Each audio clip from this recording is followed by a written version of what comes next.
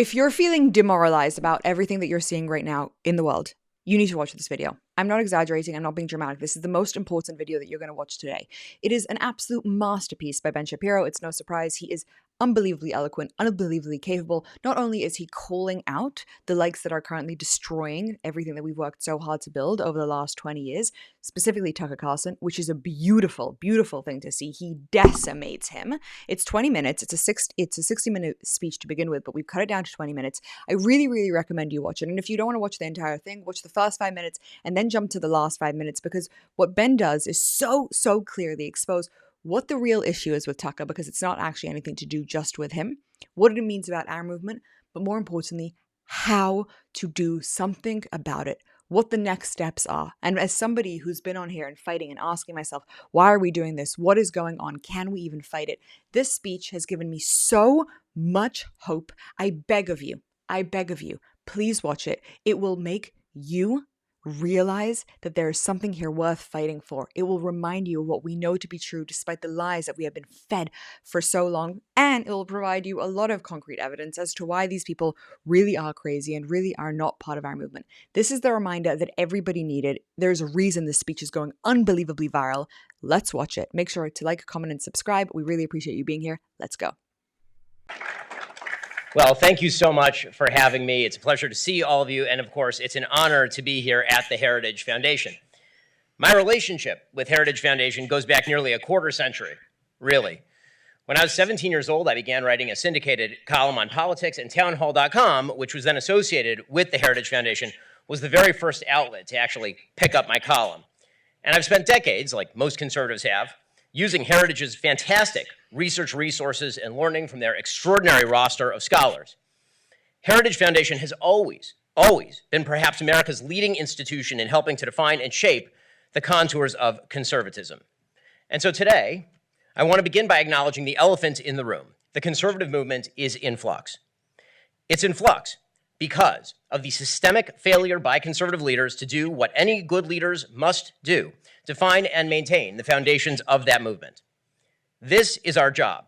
If we care about conservatism, if, as Heritage Foundation proclaims, our goal ought to be to formulate and promote conservative public policies based on the principles of free enterprise, limited government, individual freedom, traditional American values, and a strong national defense, then we must stand up against those who would pervert and twist the conservative movement into a movement without principles. Right. Or worse, a movement that promotes the very opposite of the principles that conservatives hold dear. By the way, it's courageous. He's getting in front of these people, okay, at the Heritage Foundation, and he's saying, you guys are claiming to do something, but we're making a mistake. That takes a lot of guts. So let me begin with a non-controversial statement. A country without borders is not a country. America, for example, is a country. It is a country with certain ideals embodied in the Declaration of Independence, with certain governmental structures embodied in the Constitution of the United States, with a certain culture rooted in Judeo-Christian thinking and springing from Anglo-American traditions. If America does not protect its borders, America ends. Right. A country without a border is no country at all. If we take in millions of people out of sympathy, and those people fail to assimilate to our values, then we lose our character as a country. And if we choose as our leaders those who would effectuate and champion this sort of perverse policy, we betray ourselves and our country.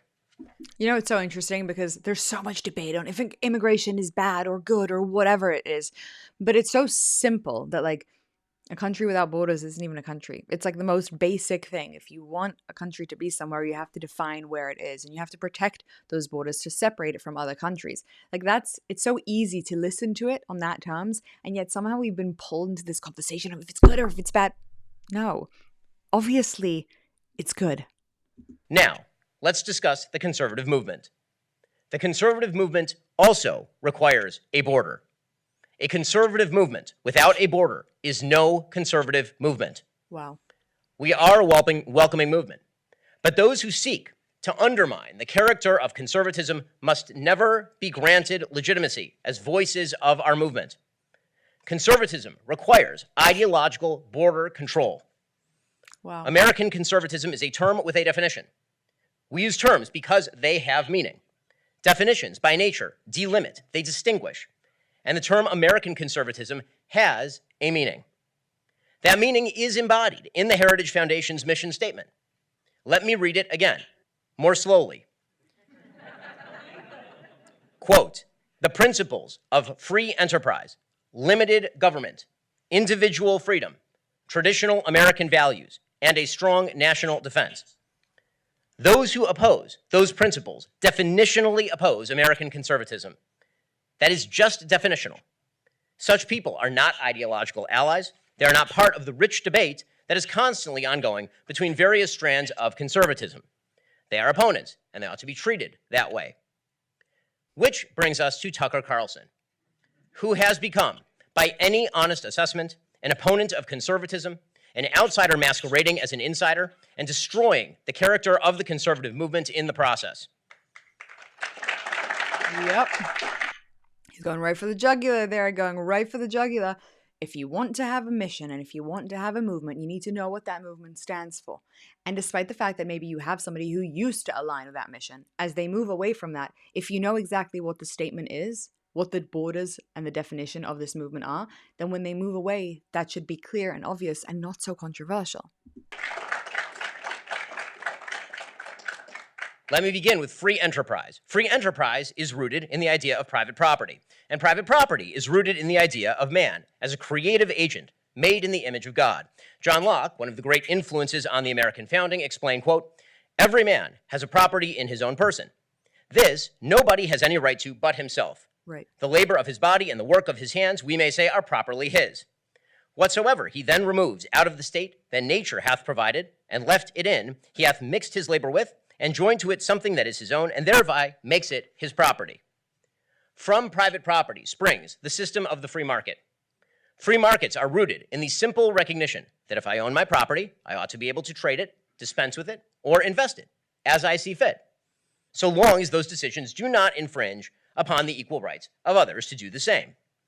Free markets are just, because justice requires that we each ought to have the same right to the advantage of our natural abilities. The alternative is tyranny.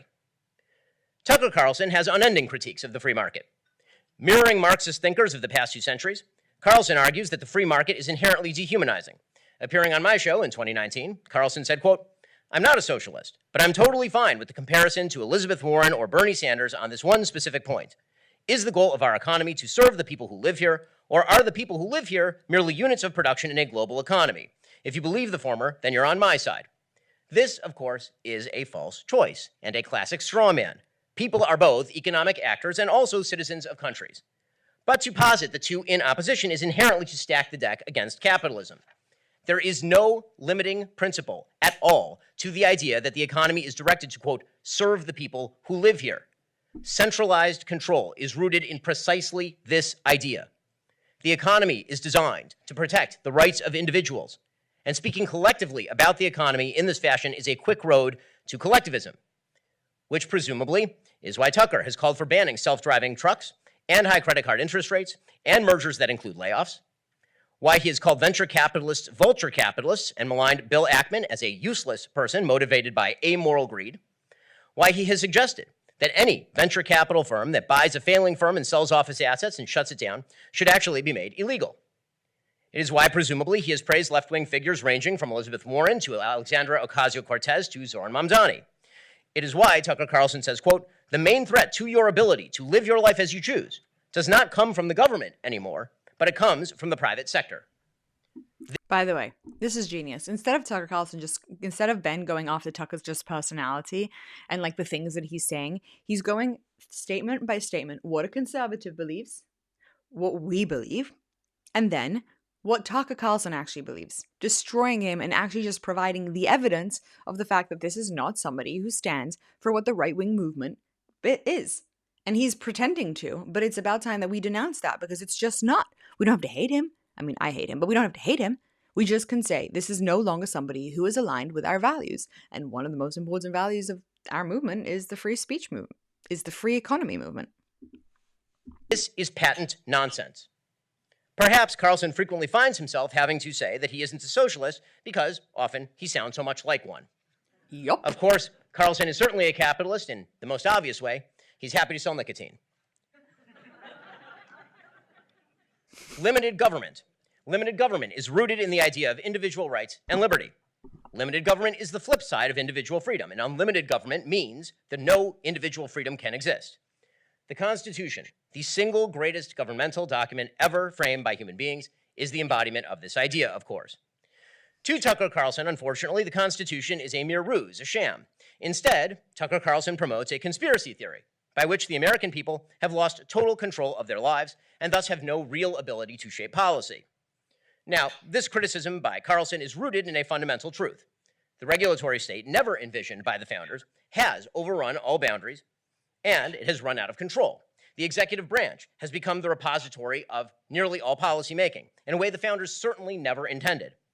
But conservatism argues that a return to the traditional structures of checks and balances between the branches and federalism between the states and the federal government ought to be the goal. Tucker Carlson believes that foreign powers have hijacked our government, that conspiratorial elite, immovable and undefeatable other than through centralized power, has taken control. In 2018, Tucker Carlson said Washington leaders have confirmed our country's democracy is fake. If the population starts to believe it's all fake, that they're not really in charge, their votes don't matter, what will they do? Again, this is a classic argument. Instead of looking at the faults of the system and saying, how do we fix the system, you look for somebody to blame. Oh, it must be a foreign entity. No. You've got a system that's been broken because you had ridiculous Democrat government in place for way too long that caused a huge amount of damage. And so therefore fix it. It's not always about foreign entities coming in to destroy your society. Well, what they would do presumably is revolution. Because if our constitutional structures are utterly insufficient, we have lost control. In fact, according to this view, the entire classically liberal structure of our system is wrong. As Tucker Carlson recently put it in his podcast, and this is a direct quote, feudalism is so much better than what we have now, because at least in feudalism, the leader is vested in the prosperity of the people he rules, which is a strange contention to make about feudalism if you know literally anything about the history of feudalism. I don't. He said, quote, if all your serfs die, you starve. There's a true incentive to care for those people. Nothing says caring like feudalism.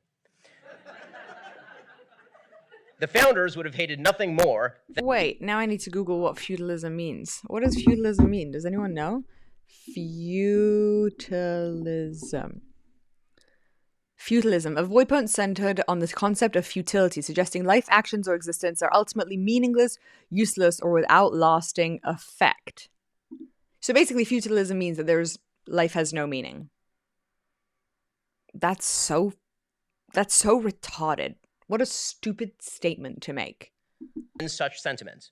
Thomas Jefferson called feudalism an engine of immense oppression. Alexander Hamilton argued that the Constitution was designed to replace feudalism with allegiance to law. John Adams called feudalism a brutal, quote, system of inequity. And they were right, which is why the Constitution is designed the way it is and why conservatives should seek to uphold and strengthen it. Then there is a strong national defense. Obviously, the hallmark of the conservative movement when it comes to foreign policy has been peace through strength for generations. That means a realistic assessment of our interests and our opposition. It means a recognition that absent a strong America in the world, Americans become less safe, less prosperous, and less free. Right. It also means recognizing America's historic contributions to global peace and prosperity. Tucker Carlson recognizes none of this. It's so stupid that there are people out there who look at America now and they're like, why are we intervening in other wars? And they have no historical context. They don't look back at all at the last 300, 400 years and see what the world was like before America intervened, before America was around. Yeah, it's not perfect. Yeah, Western society isn't perfect. I know. No one's claiming that it's perfect. But at the same time, like, look at how much good has been done. Yes, again, there are flaws, but look how much good has been done. And it's so easy to forget that.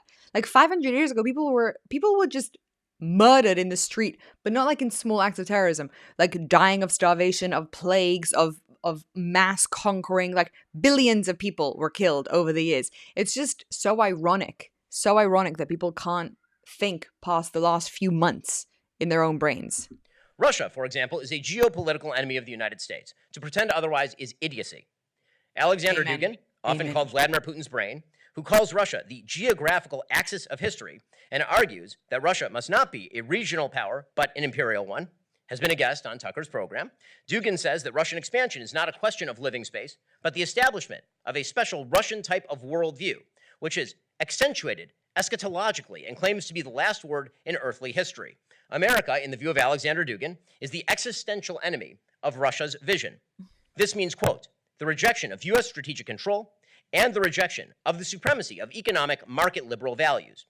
As I say, in April, Tucker Carlson featured Alexander Dugin on his show, where he characterized him as, quote, a writer who writes about big ideas, and painted him as a victim of Western powers, while giving Dugin space to call Vladimir Putin, you know, a dictator, murderer, arch opponent of every president that has ever faced him down, quote, a traditional leader who stands strong defending traditional values. And I mean, the audacity of Tucker Carlson, the absolute audacity. Every American knows, unless you're a crazy lefty, every American knows that Russia has tried to infiltrate the Cold War. No one's forgotten it, that Russia is a terrible enemy of Western society. Everyone knows that. Communism, like, we all understand it. And Tucker has the audacity to just interview people and be like, yeah, these are big ideas. Of course, Tucker also interviewed Putin, an interview so soft that even Putin mocked Carlson for it. Carlson himself argues that we ought to ally with Russia. He said that this week. When questioned about Vladimir Putin's brutal history of slaying his political opponents, Carlson answered, quote, leadership requires killing people, while equating Putin's sins with those of America's leaders. Oh my God. Carlson famously traveled to Russia to praise their bread and subways in full Walter Duranty fashion, all while explaining that the average person doesn't care as much about abstractions, meaning democracy, property rights, rule of law, as, quote, the concrete reality of his life. Then, in order to obscure the geopolitical realities of Russian aggression, Tucker Carlson explains that Putin is no threat to Americans. Quote, has Putin ever called me a racist? No, but he has supported regimes throughout the world that threaten North American interests and military forces. He has infiltrated his influence into South and Latin America. He has opened the bloodiest war in modern European history. Those things might be slightly more important to America's foreign policy interests than whether Tucker Carlson has been personally offended by Vladimir Putin's commentary on race. But this is Tucker Carlson's typically anti-American foreign policy, which has become essentially indistinguishable from the thought of far leftists like Noam Chomsky. Venezuela, says Tucker Carlson, is now being targeted by Globo Homo. That's a thing, apparently. It's being targeted by Globo Homo because it is, quote, on social policy, one of the most conservative countries in North, South, or Central America. Never mind that Venezuela, of course, is a communist hellhole that has driven millions of people into exile, flooding America's borders, resulting in mass migration, as well as shipping drugs in the United States to kill Americans. By the way, yesterday Tucker announced that Venezuela and America were going to have a war start, and it didn't start. This is the second thing. He did that with Iran, like, oh, there's going to be tons of casualties. By the way, this is in and of itself an idiotic point. North Korea is also quite socially conservative, but that does not make its regime morally or geopolitically defensible. China, of course, is a geopolitical enemy of the United States, a fact that the Trump administration has admirably made crystal clear in both rhetoric and policy. And yet, Tucker Carlson's frequent guest, Jeffrey Sachs, is an arch-globalist and fan of the Chinese regime who spends his time talking about the shortcomings of America's foreign policy. And then there's Iran, which Tucker Carlson has glazed repeatedly, even going so far as to have the president of Iran on his program and ask 0 difficult questions, which Tucker admitted, saying, quote, there's no chance he's going to answer honestly. So then why have an interview? Or, of course, Qatar, which Tucker Carlson treats as America's foremost ally in the Middle East, dismissing its financial support for terrorist groups like Hamas, ties with Iran, and anti-American propaganda networks like Al Jazeera.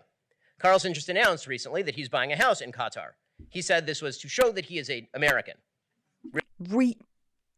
What? That's strange because Qatar doesn't allow public displays of Christianity by churches and currently holds tens of thousands of people from foreign nations in slave labor conditions, many of them Christians. Or there's Hamas itself, which Carlson has called a political organization, and whose nefarious propaganda Carlson echoed and continues to echo daily. Carlson, of course, reserves his chief foreign policy ire, unsurprisingly, for Israel, with which he has a peculiar obsession. Unwilling to attack President Trump's foreign policy on Israel directly, he has instead suggested nefarious Israeli influence in American government, up to and including posing a question this week on X as to whether America's current operations against Venezuela are being driven by the Israelis. Which, I mean, no.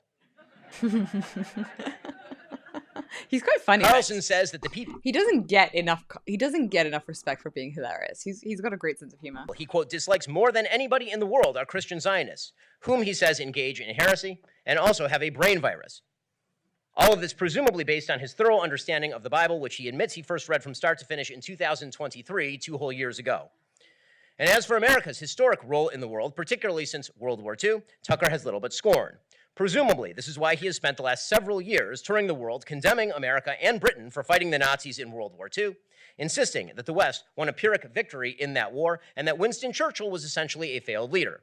In fact, he calls revisionist pseudo-historian Darryl Cooper, whose sympathy for the Nazi movement and fandom of Holocaust deniers is well cataloged, quote, America's best and most popular historian, and has hosted him repeatedly.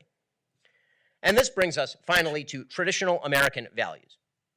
Obviously, America is rooted in traditional values, biblical values, Christian values, things like the Ten Commandments and church life and a strong religiously based social fabric. The fundamental biblical value, the one that God holds in high esteem, is, of course, truth.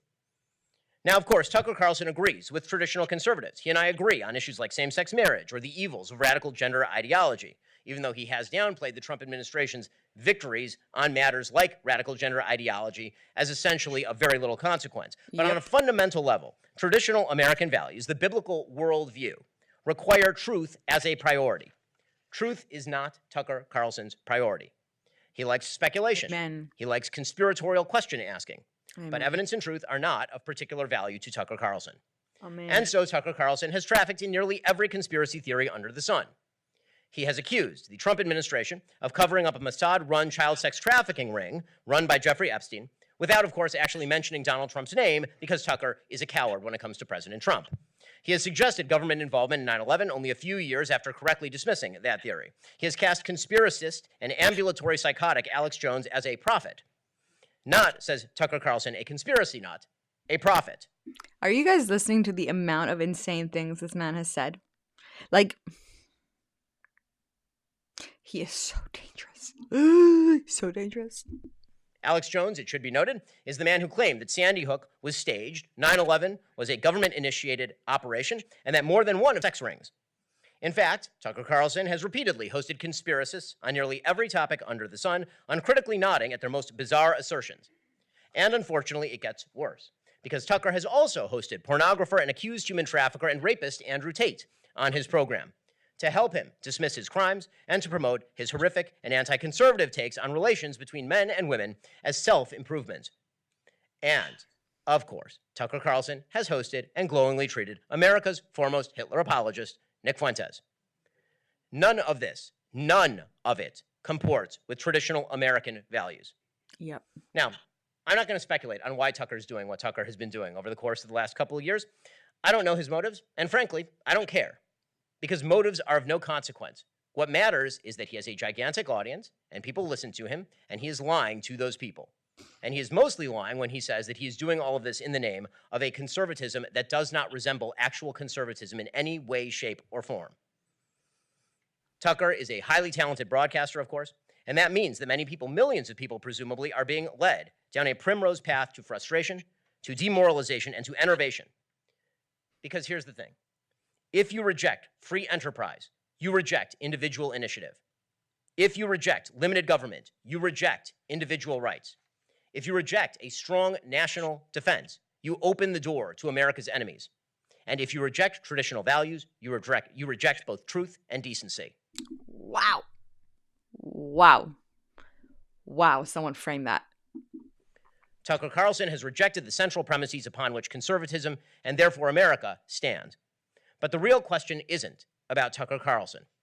It's about a conservative movement that purports to treat him as a thought leader. A movement without a border is no movement. A conservatism that treats Tucker Carlson as a thought leader is no conservatism. Wow. If conservatives do not stand up and draw lines, conservatism and the dream of America itself will cease to exist. It will cease to exist because the conservative movement will have committed suicide. Wow. No country can exist without borders, and no conservative movement can exist without principles it will defend against those who would degrade them, even from within.